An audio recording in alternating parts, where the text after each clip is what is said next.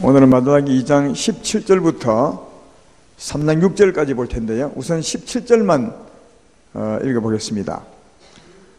말라기 2장 17절이죠.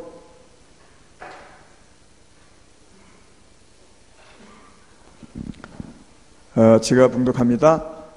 너희가 말로 여호와를 괴롭게 하고도 이러기를 우리가 어떻게 여호와를 괴롭혀 드렸나이까 하는도다. 이는 너희가 말하기를 모든 악을 행하는 자는 여호와의 눈에 좋게 보이며 그에게 기쁨이 된다 하며 또 말하기를 정의의 하나님이 어디 계시냐 함이니라. 아멘. 오늘 제목은 읽었던 본문과는 관계없이요, 그 뒤에 있는 본문 속에 있습니다. 주가 임하시는 날, 주가 임재하시는 날, 이런 말씀으로 오늘 말씀을 전하겠습니다. 주가 임하시는 날이 최고 소망이 있는 날입니다. 주가 임하시는 날 어떻게 되는지, 임하신 주님이 어떤 일을 하는지 한번 살펴보시고, 여러분에게 임하시게 하셔서 그런 일이 일어난다면 최고의 복이 되겠죠. 그런 밤이 되기를 소망합니다. 오늘 읽었던 17절 말씀은 하나님께서 그 백성들에게 하시는 말씀인데, 너희가 말로서 나를 괴롭혔다는 거예요. 하나님께서 그 백성들에게 너희가 말로서 나를 괴롭혔다. 지금도 괴롭히고 있다. 그 어떻게 괴롭히느냐?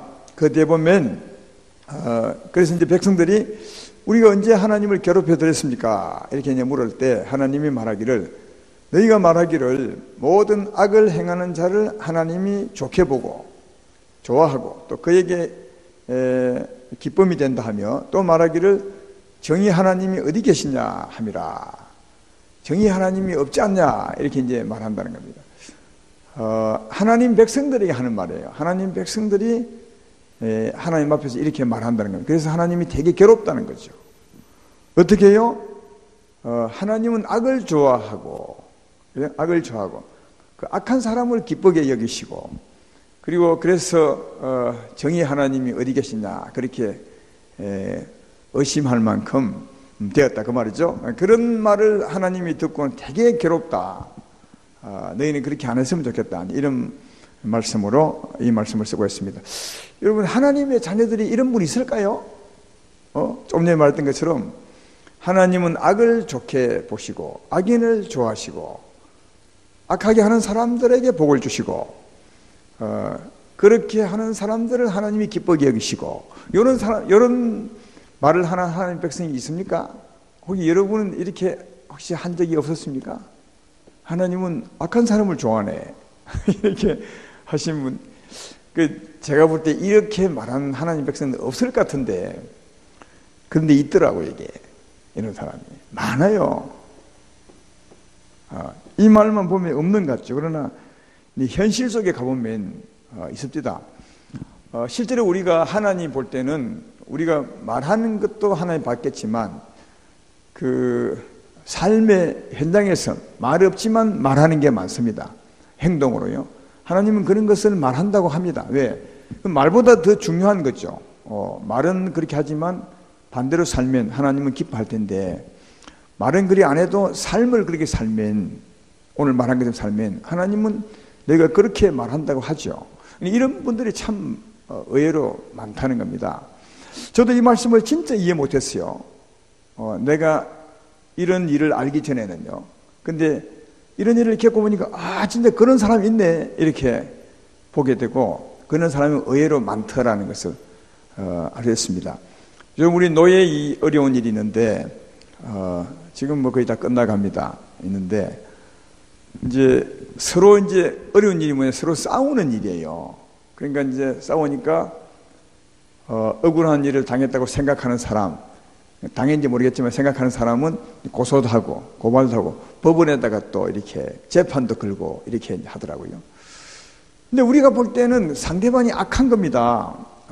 속이고 몰래하고 악한 사람이 재판을 걸고 고소를 했는데 잘 되는 거예요.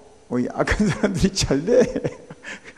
막 이기는 것 같고 막 그래요 이게. 그래서 이쪽 사람이 생각하기로는 야, 하나님은 저 악한데 저 봐주네. 저 악한 사람 어떻게 봐주지? 야, 하나님 이상하다. 이렇게 하는 분이 많더라고요. 저도 그걸 보면서 야, 이 말씀을 이해했어요. 정말 그렇더라고요. 그렇게 말하는 사람이 있더라고요. 그러면서 이제 야, 하나님이 어려운 하나님 맞나? 이렇게 말하기도 하고. 그리고 이제 그쪽에 재판을 걸어서 좀 불리하게 되니까 이쪽도 또 재판을 거는 겁니다. 고소도 하고. 그래서 이제 조금 하나님을 아는 사람들이 말하죠. 저쪽이 그런다고 우리도 그래서 되겠냐? 악에 대해서 또 악으로 해서 되겠냐? 그리 하지 말자. 그러니까 하는 말이 뭐냐 하면 그런 게 어디 있어요? 저가 걸면 우리도 걸어야지. 그래야 하나님이 도와줄 거 아닙니까? 이런 게 또. 그러니까 하나님은 그런 사람을 좋아한다는 말이죠. 악에 대해서 악으로 하지 말라 하니까 그런 게 어디 있습니까? 다르게 말하면 그런 하나님이 어디 있습니까? 악에 걸 때 우리도 같이 걸어야 하나님이 도와주시죠. 이러는 거예요. 그러면 그 말에 의하면 그렇게 하는 하나님, 그런 것을 도와주는 하나님, 그런 것을 좋아하는 하나님으로 표현하고 있는 거 아니겠어요? 그러니까 말은 다 하나님은 악한 것을 좋아하시고 그런 사람은 그런 말을 안 해요. 근데 행동은 다 그렇게 해요. 근데 그걸 보면서 알았어요. 야, 진짜 그러는구나. 이 말씀만 읽어보면 이런 사람이 어디 있어, 하나님 사람 가운데. 근데 실제로 삶의 현장에 가보면 이런 사람 많아요. 많습니다. 악한 부류의 사람, 악하다고 생각하는 사람이 잘 되면 하나님이 저걸 봐주시네, 잘 되게 하시네, 야, 하나님이 계신 건가, 이렇게 똑같이 말해요. 그리고 우리도 그렇게 하자, 그래야 하나님이 도와줄 것 아니냐, 똑같이 말해요. 예. 오늘 하나님이 그런 사람이 돼서 정말 괴롭다, 예. 그렇게 말하고 그렇게 행동하는 사람에게 대해서 너무 괴롭다. 그러니까 이런 말씀을 크게 들으셨으면 여러분은 삶의 현장에서 이러시면 안 된다는 거예요. 근데 실제로 많다는 거예요. 우리가 예배드리고 말씀을 듣는 이유가 뭐냐 하면 이런 말씀을 듣고 이 전까지는 이렇게 했을지라도 이 이유는 그렇게 안 하려고 하는 게, 안 하려고 하기 위해서 말씀을 듣는 겁니다. 제 말 이해되면 아멘 합시다. 그러니까 어렵지만 그래 안 하셔야 돼요.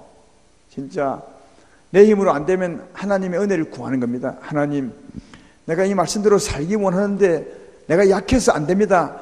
나를 도우셔서 능력으로 강건하게 붙들어 주셔서 정말 말씀대로 살게 하시고 하나님을 괴롭게 하지 않게 해주십시오. 이런 기도가 필요한 겁니다. 이 밤에 말씀 듣고 기도하는 것은 이런 걸 위해서 기도하러 온 거죠. 그래서 이런 사람은 악한 사람이죠. 악한 사람이 악으로 대오고, 그러니까 또 악에 대해서 악으로 갖고, 근데 서로 똑같습니다. 악한 사람들이에요. 이 악한 사람들을 볼 때 하나님이 너무 괴롭다는 거예요. 그래서 이제 하나님이 어떤 일을 하시느냐, 그게 오늘 본문이에요. 3장에. 자, 읽어보면서 하겠습니다.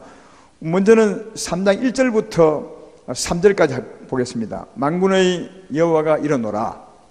보라, 내가 내 사자를 보내리니 그가 내 앞에서 길을 준비할 것이요, 또 너희가 구하는 바 주가 갑자기 그의 성전에 임하시리니 곧 너희가 사모하는 바 언약의 사자가 임할 것이라. 그가 임하시는 날을 누가 능히 당하며 그가 나타나는 때에 누가 능히 서리요. 그는 금을 연단하는 자의 불과 표백하는 자의 잿물과 같을 것이라. 그가 은을 연단하여 깨끗하게 하는 자같이 앉아서 레위 자손을 깨끗하게 하고 금, 은같이 그들을 연단하리니 그들이 공의로운 재물을 나 여호와께 바칠 것이라. 여러분 이해 못하지만 저는 이해했으니까 할렐루야. 그 악한 사람이 너무 괴로워서 하나님이 이런 일을 한다는 거예요. 어떤 일이냐? 먼저는 하나님이 그러니까 내가 내 사자를 보낸다. 앞서서 내가 내 앞에 내 사자를 먼저 보낸다. 하나님 오시기 전에 하나님의 사자를 먼저 보낸다는 거예요. 왜 보내느냐? 하나님이 갈 길을 준비하라고. 그 말이죠. 그게 1절 말씀이에요. 내가 내 사자를 보내리니 그가 내 앞에서 길을 준비할 것이라. 누구 길? 뒤에 가는 하나님의 길을 준비한다는 거예요. 그러니까 하나님이 오시기 전에, 예수님이 오시기 전에 예수님 앞에 누구를 보낸다는 거예요. 뭐 때문에? 예수님 오실 길을 예비하려고. 여러분, 그가 누굽니까? 예수님 오시기 전에 예수님 오실 길을 예비하기 위해서 미리 보낸 사람이 누구죠? 세례 요한, 그죠? 세례 요한이에요. 이게 세례 요한을 말하는 겁니다. 신약 성경 마태복음 11장 10절로 15절에 예수님이 친히 오셔서 말씀하셨어요. 세례 요한이 그 사람이라고. 자, 읽어보면 마태복음 11장 10절로 15절에 기록된 바 보라 내가 내 사자를 내 앞에 보내노니 그가 내 길을 내 앞에 준비하려 하신 것이 이 사람에 대한 말씀이라. 누구냐? 내가 진실로 너에게 말하노니 여자가 낳은 자 중에 세례 요한보다 큰 이가 일어남이 없도다. 그러나 천국에서는 극히 작은 자라도 그보다 크니라. 세례 요한의 때부터 지금까지 천국은 침노를 당하나니 침노하는 자는 빼앗느니라. 모든 선지자와 율법이 예언한 것은 요한까지니 만일 너희가 절거받을지니 오리라 한 엘리야가 곧 이 사람이니라. 귀 있는 자는 들을지니라. 예수님 오시기 전에 예수님 앞에 사자를 먼저 보내 주님의 길 예비시키려고. 그 사자가 누구라고요? 세례 요한이라는 거예요. 그 세례 요한은 예수님 앞에 왜 오셨느냐? 예수님 오실 길을 예비하기 위해서 오셨다. 그래서 세례 요한이 와서 하신 일이 뭐냐 하면 길을 예비한 건데, 그 길을 예비하는 것이 뭐냐? 이게 누가복음 3장 3절 6절에 있습니다. 여기 세례 요한의 사역을 설명하죠. 읽어보겠습니다. 요한이 요단강 부근 각지에 와서 제 사함을 받게 하는 회개의 세례를 전파하니 선지자 이사야에게 쓴 바 광야에서 외치는 자의 소리가 있어 이르되 너희는 주의 길을 준비하라. 그의 오실 길을 곧게 하라. 모든 골짜기가 메워지고 모든 산과 작은 산이 낮아지고 굽은 것이 곧아지고 험한 길이 평탄해질 것이요 모든 육체가 하나님의 구원하심을 보리라 함과 같으니라. 세례 요한은 와서 뭐 했다고요? 회개해서 제사함 받는 사역을 했다는 거예요. 제사함 받게 하기 위해서 회개하라. 그래서 제사함 받게 했다는 겁니다. 그게 뭐냐? 그게 주의 길이라는 거예요. 그게 주님 오는 길이라. 그래서 세례 요한의 말을 듣고 회개하면, 마치 비유로 말한다면 사막에 고속도로가 놓이는 것처럼 높은 산은 낮아지고 낮은 산은 높아지고 굽은 것은 바르게 되고 험한 것은 평평하게 돼서, 그러면 뭐 되겠어요? 전에 얘기했지만 고속도로가 쫙 놓이겠죠. 이 비유입니다. 비유예요. 세례 요한의 말을 듣고 우리 회개하게 되면 하나님이 오시는 길이 쫙 놓이게 된다는 거예요. 주 앞에. 그래서 그렇게 회개한 육체는 하나님이 오시게 될 것이고, 하나님 오시면 뭐요? 하나님의 구원을, 회개한 그 육체는 하나님을 보게 되어서 구원을 보게 될 것이다. 모든 육체가 하나님의 구원하심을 보리라 함과 같으니라. 그러니까 세례 요한은 회개하라. 그래서 제사함 받게 했어요. 왜냐하면 그래야 하나님 오시니까. 이해가 되시죠? 그러면 우리가 할 일은 뭐냐? 세례 요한의 말을 들었다면, 또 이런 말을 들었다면 회개하는 겁니다. 회개하고 제사함을 받으면 누가 온다고요? 주님이 오신다는 거예요. 그 말이죠. 주님이 오신다. 그 말입니다. 회개하고 주님을 사모하게 되면 주님이 오신다는 거예요. 그래서 그 다음에 그렇게 말합니다. 자, 3절 중반부에, 1절 중반부에 그가 내 앞서 주의 길을 준비할 것이요. 그 다음에 너희가 구하는 바, 회개하고 주님을 사모하는 바, 주님을 구하는 바, 주가 갑자기 너희 성전에 임하리니 너희가 사모하는 바 언약의 사자가 임할 것이라. 누가 온다고요? 그러면 하나님이, 성령이 오신다는 거예요. 예수님이 오신다는 거예요. 제 말 이해되면 아멘 합시다. 그 말이요. 그러니까 지금은 세례 요한이 없어도 세례 요한이 한 사역은 알죠. 회개하라. 그리고 제사함 받으면 하나님이 오신다. 그래서 하나님 오시는 것은 항상 각각 회개하고 예수 믿음으로 제사함을 얻으라. 그러면 성령을 선물로 받으라. 똑같아요. 그러니까 회개하고 제사함을 받으셔야 돼. 주님 오실 길을 우리가 만드셔야 돼. 회개하고 제사함 받으면서 주님을 사모하게 되면 너희가 구하는 하나님이 오신 것이다. 그래서 우리는 다 그렇게 해서 주님을 지금 우리 가운데 영접한 것입니다. 회개하고 제사함 받음으로 성령이 눈에 안 보이지만 우리 심령에 와 계신 줄로 믿습니다. 이게 하나님이 임하시는 날이에요. 성령이 임하시는 날. 주님이 임하시는 날이죠. 주님이 임하시면 어떤 일이 일어나냐? 그 2절이에요. 2절 3절입니다. 그가 임하시는 날을 누가 능히 당하며 그가 우리 심령에 오시는 것을 누가 감당하겠느냐? 오셔서 하는 일이 뭔데요? 그가 나타날 때 누가 능히 서리요? 그가 금을 연단하는 자의 불과 표백하는 자의 잿물과 같을 것이라. 3절에 그가 은을 연단해 깨끗하게 하는 자 같이 앉아서 레위 자손을 깨끗하게 하되 금은같이 그들을 연단하리. 그들이 공의로운 제물을 나 여호와께 바칠 것이라. 오셔서 맨 먼저 하는 일이 뭐라고요? 금을 깨끗하게 하는 것처럼, 은을 깨끗하게 하는 것처럼 우리를 정결하게 한다는 거죠. 깨끗하게. 그러니까 우리 심령을 새롭게 하는 거죠. 성령이 오셔서 하시는 일 뭐라고요? 우리 심령을 새롭게 하는 거죠. 자주 전에 그런 비유를 썼는데 한 번 더 씁시다. 엊그제 야구가 끝났어요. 우리 서임순 권사님께서 목사가 야구 보러 안 가니까 한번 보시라고 어제가 목요일이죠. 어제 표를 끊어주셨어요. 어제 표를. 이거는 야구 안 보는 모양이네 보니까요. 야구 안 보셔야 되긴 됩니다. 왜냐하면 야구 보는 사람은 이 말하면 알 텐데, 웃을 텐데 안 웃으니까. 왜냐하면 어제는 이미 야구 끝나고 없었거든요. 10월까지 끝나버렸어요. NC가 한 번도 못 이겨가지고 연속으로 4번 져버려서 어제 해야 되는데 사실 한 번 이겨도 한 번도 못 이겨서 어제 못했어요. 그러니까 야구를 못 갔죠. 그 얘기하는 것이 아니라 야구장 가면 한 4시간쯤 하는데 4시간만 야구장에 사람이 놀다가도 거기 계단에 쓰레기가 굉장하대요. 4시간 놀러 간 자리에 너무너무 더럽대요. 근데 여러분, 우리는 예수 믿기 전까지, 하나님 오시기 전까지 얼마나 더러웠겠어요. 무엇이 놀다 갔습니까? 죄가 놀다 갔어요. 사망이 놀다 갔어요. 죄 쓰레기가 얼마나 많겠냐고요. 저는 이번에 우리 임덕자 권사님 댁에 가서 알았는데, 그 나무를 난로에 떼면 연기가 연통을 대 지나가잖아요. 그러면 연통이 큰데요. 근데 그 나무를 떼면 한 달에 한 번씩 그 거름을 틀어줘야 된대요. 그러니까 한 달 만에 그 큰 연통이 연기만 지나가는데 가득 그 검정이 찬대요. 야, 나 그거 보고 놀랐어요. 그 소리 듣고요.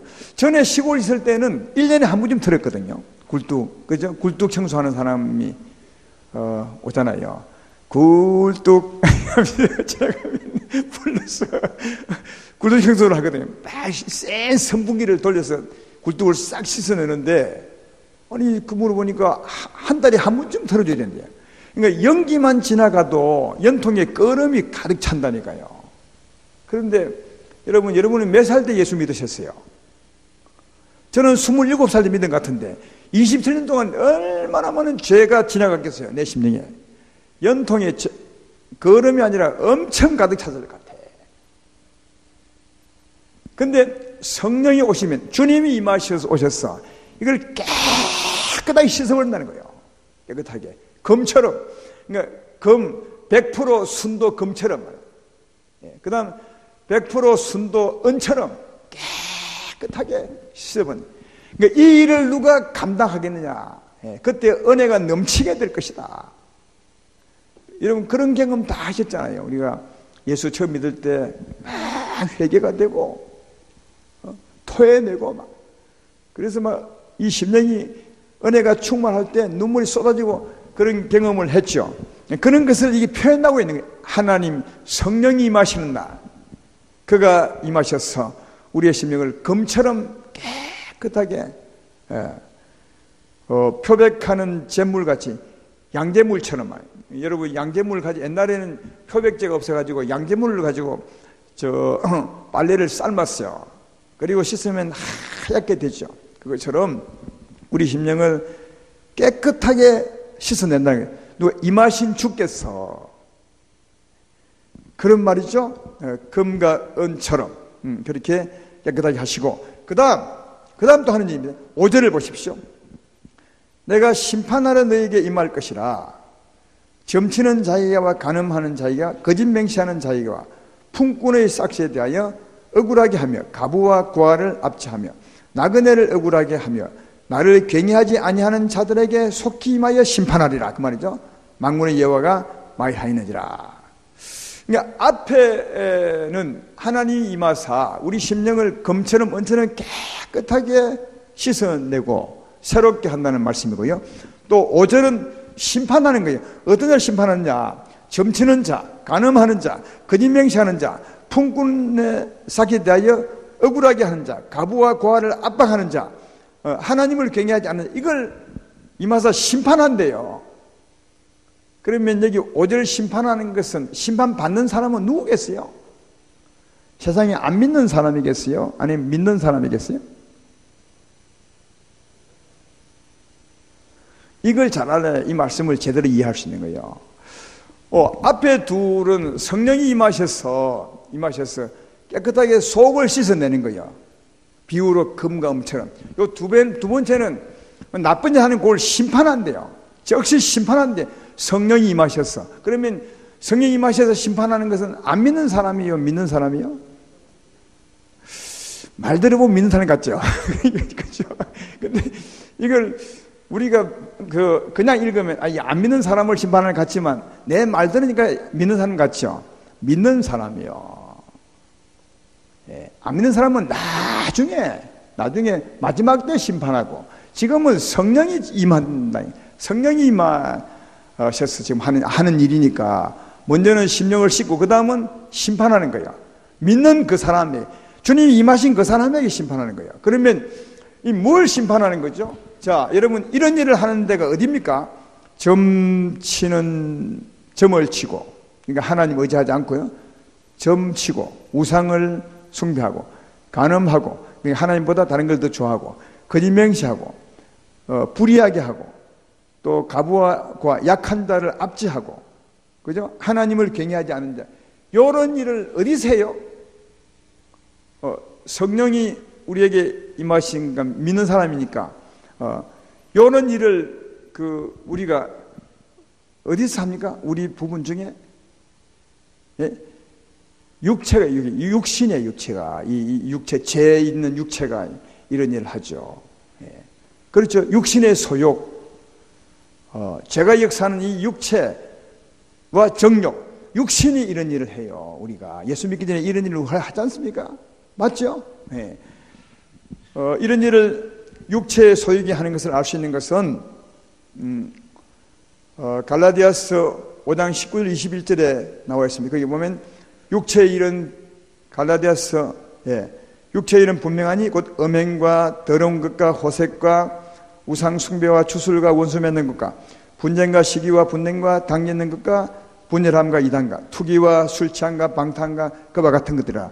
그러니까 조금 전에 말했던 5절과 가세요. 이런 일은 육체와 정욕, 내 중에서 육신이 이런 일을 하는 거예요. 그러니까 하나님이 이 육신을 심판하는 거예요. 그래서 속은 씻고 육체는 심판하는 거예요. 이렇게 하는 육체와 심판하는 것이다.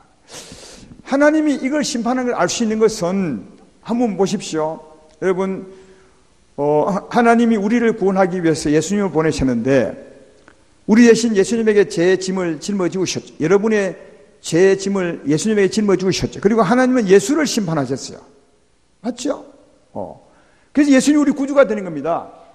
예수님은 여러분과 나의 죄 짐을 짊어지고 우리 대신 하나님께 심판을 받은 거예요. 그럼 하나님이 예수를 심판할 때 어떻게 심판하셨습니까? 예수님을 십자가에 못 박았어요. 하나님은 여러분과 내 대신 예수님을 심판하셨어요. 십자가에 못 박아버려요. 그럼 십자가에 못 박았으므로 예수님이 십자가에 죽은 것은 곧 내 대신 심판받는 거예요. 그러니까 예수로 말미암아 하나님은 나를 심판한 거예요. 나를 대신해 예수님을 심판했으니까 예수로 말미암아 내가 심판받는 거예요. 내 뭐가요? 육체와 정욕이. 그래서 예수의 십자가와 우리는 관계가 있습니다. 로마서 6장 6절로 7절을 보시면 6장 6절로 보면 알 수 있잖아요. 우리가 알거니와 우리 옛 사람이 예수와 함께 십자가에 못 박힌 것은 우리의 제 몸이 죽어. 그죠? 그러니까 예수님이 십자가 죽은 것은 하나님이 예수님을 심판한 것은 곧 우리 죄의 몸이 같이 죽은 거예요. 이해가 되죠? 그러니까 예수로 말미암아 내가 심판받은 거예요. 성령이 오시는 날. 할렐루야. 그러니까 사랑하는 여러분, 예수로 말미암아 내가 심판받은 거예요. 육체와 정욕이. 그래서 예수 믿는 사람은 어떻게 믿어야 되느냐 하면 갈라디아서 5장 4절 24절처럼 그래서 예수의 사람들은 육체와 함께 그 정욕과 탐심을 십자가에 못 박았느니라. 그렇죠? 예수님께서 내 대신 육체가 십자가에 못 박혔으므로 그가 죽은 것은 곧 내가 죽은 것이나 마찬가지입니다. 따라서 예수의 사람들은 이 육체와 정욕이 예수로 말미암아 죽었음을 믿는 거예요. 이미 예수로 말미암아 심판받은 것을 믿는 거지. 주님은 예수님을 심판했는데 예수님은 내 자신 심판을 받았으니까 내가 심판받은 거예요. 여러분 이게 진짜 중요해요. 이 심판을 받았음을 믿었을 때 아까 로마서 6장 6절 뒤에 보면 이렇게 나오잖아요. 우리가 알거니와 우리의 사람이 예수와 함께 십자가에 못 박힌 것은 죄의 몸이 죽어 다시는 우리가 죄에게 종노릇 하지 아니하려 함이니 이는 죽은 자가 죄에서 벗어나 의롭다함을 얻었음이니라. 그래서 하나님은 예수님을 심판하셨는데 우리 예수로 말미암아 이 육체와 정욕이 죽었음을 심판받음을 믿을 때 그때 우리는 죄에서 벗어나 의로운 자가 돼요. 알겠죠? 그러면 그 다음에 누가 역사하느냐? 성령이 역사해요. 그래서 하나님이 예수님을 심판한 것은 곧 내 육체와 정욕이 심판받을 믿는 게 정말 중요한 것은 그래야 우리가 죄에서 벗어나 의로운 자가 되고 성령이 역사하는 거예요. 그래서 지금까지 안 믿을 때는 육체와 정욕이 살아있으니까 심판받지 않았으니까 죄의 정욕, 육체의 정욕이 나를 주관했지만 내가 예수로 말미암아 심판받았음을 믿을 때 이제는 성령이 역사하사 성령으로 사는 자가 되는 거죠. 그래서 이게 진짜 중요하다는 것을 알 수가 있습니다. 자, 오늘 주님이 오셔서 두 가지를 하십니다. 하나는 뭐냐 하면 성령이 여러분 안에 오셔서 우리 심령을 깨끗하게 새롭게 합니다. 금처럼 은처럼. 여러분 왜 금과 은을 비유했을까요? 우리 심령을 씻을 때 하나님이 오셔서 씻을 때 그냥 깨끗한 심령, 깨끗한 물 이런 걸 표현하면 될 텐데 아니면 깨끗한 돌 이러면 될 텐데 깨끗한 금, 깨끗한 은으로 비유했을까요? 우선 금은 가장 귀한 겁니다. 그래서 성경에서 가장 귀한 하나님으로 변화된 영혼을 설명할 때 가장 귀한 것을 비유로 들 게 없어서 금을 들었습니다. 금은요. 그래서 금보다 더 귀한 이런 표현하죠. 금은 세상에서 가장 귀중한 것처럼 예수로 말미암아 씻음 받은 우리 영혼이 가장 귀하다는 거예요.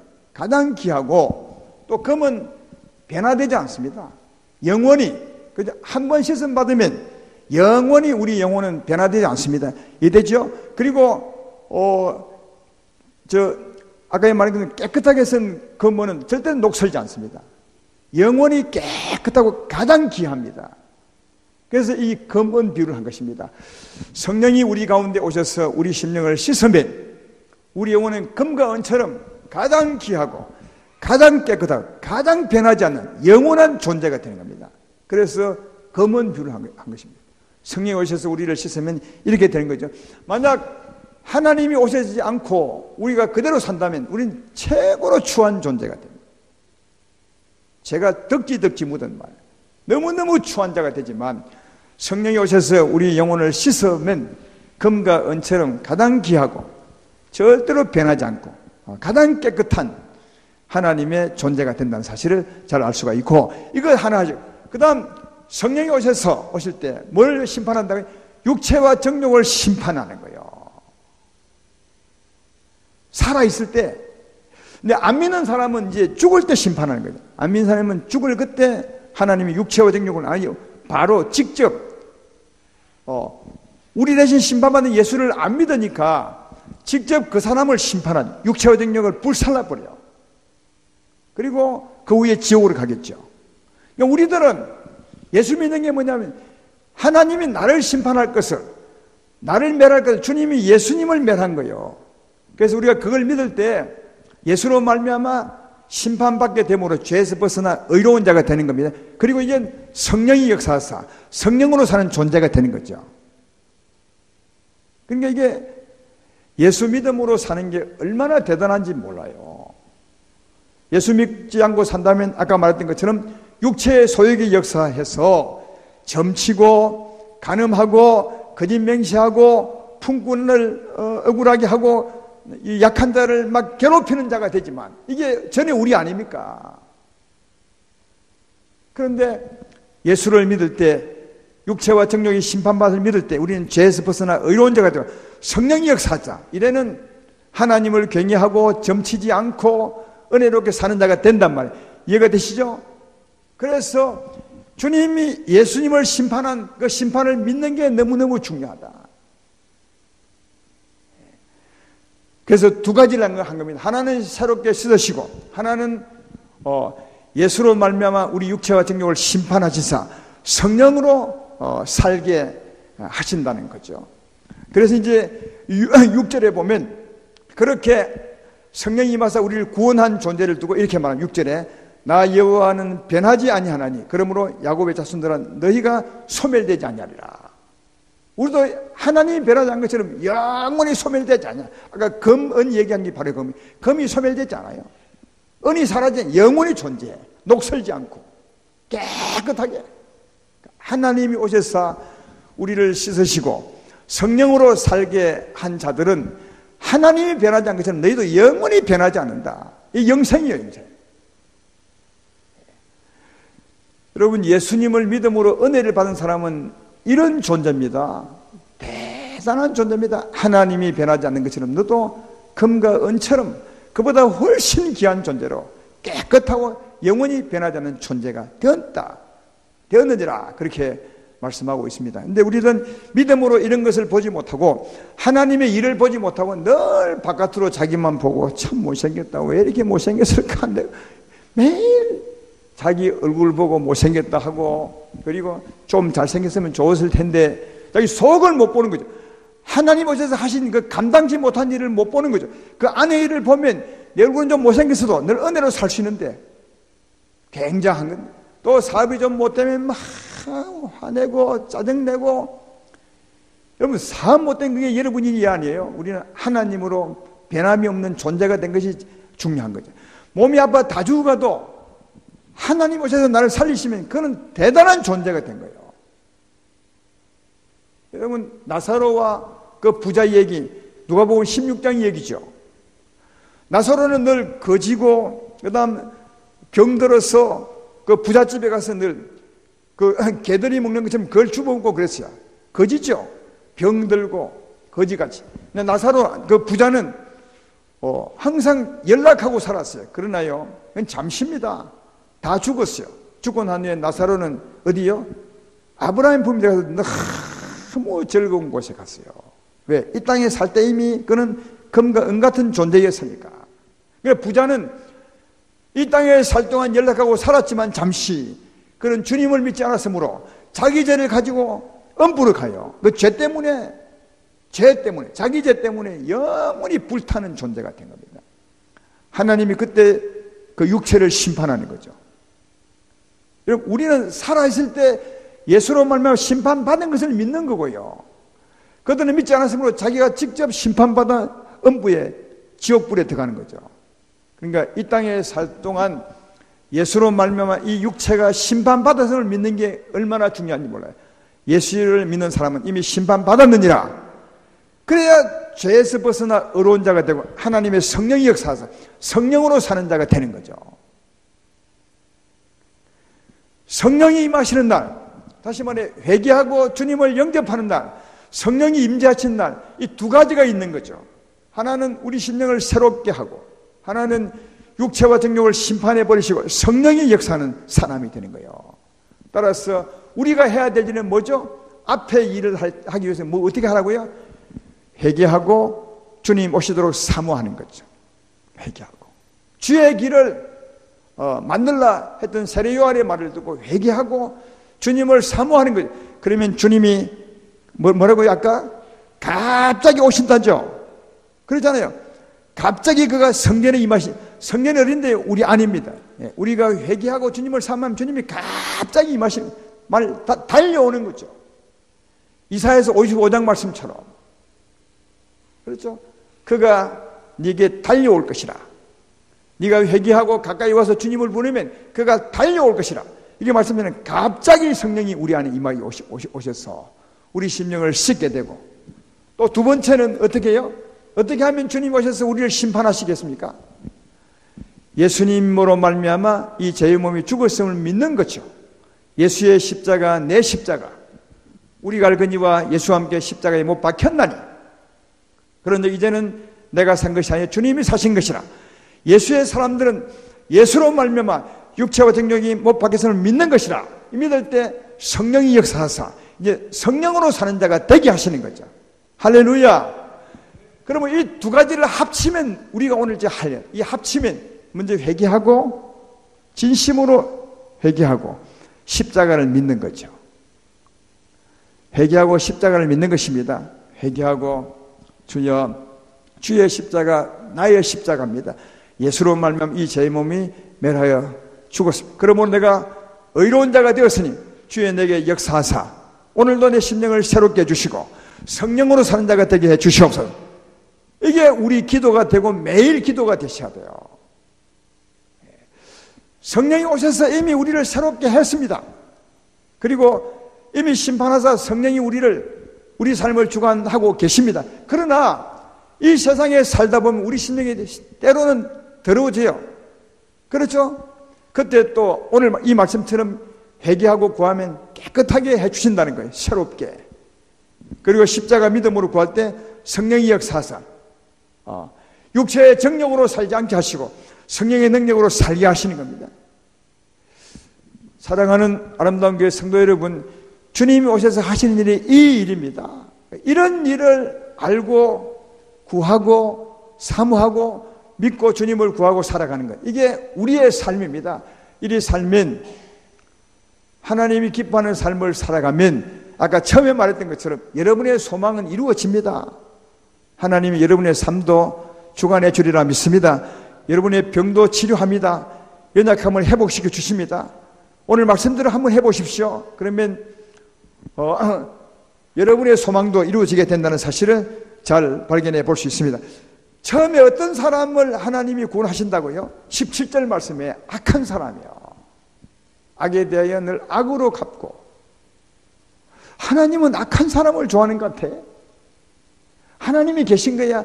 이렇게 살아가는 사람, 그 사람, 그 말을 듣고 살기가 너무 괴로워서 하나님은 그 사람 아예 구원하는 거죠. 아예 그런 말 못하고 살도록 오셔서 구원해버리는 거죠. 그래서 그렇게 말하는 심령을 새롭게 해버리고, 그리고 성령의 능력으로 사는 사람으로 만들어버리는 거죠. 악에 대해서 선으로 이기며 사는 자로 만든 것입니다. 그리고 아까 점치는 자, 간음하는 자 이렇게 살았지만 이제는 하나님만 의지하고 하나님만 사랑하고, 그리고 연약한 자들을 사랑하고 보호해주고, 또 불의하게 행하지 않고 늘 하나님을 경외하며 사는 자로 하나님이 만드신다는 거예요. 왜? 이런 사람들의 삶과 그 말을 하나님이 기뻐하신다는 거죠. 따라서 아름다운 교회 성도 여러분, 오늘 주님이 오셔서 하는 일을 잘 들으셨습니다. 어떻게 하면 오신다고요? 회개하고 십자가를 믿을 때 주님이 오셔서 역사하십니다. 이 밤도 정말 회개하고 십자가 믿음으로 하나님을 사모해 보시고 오셔서 나를 새롭게 해주시고 성령의 능력으로 사는 자가 되게 해주십시오. 간절히 기도하시면 오늘 말씀처럼 사는 자가 되게 해줄 줄로 믿습니다. 이런 여러분 되기를 주의 이름으로 축원합니다.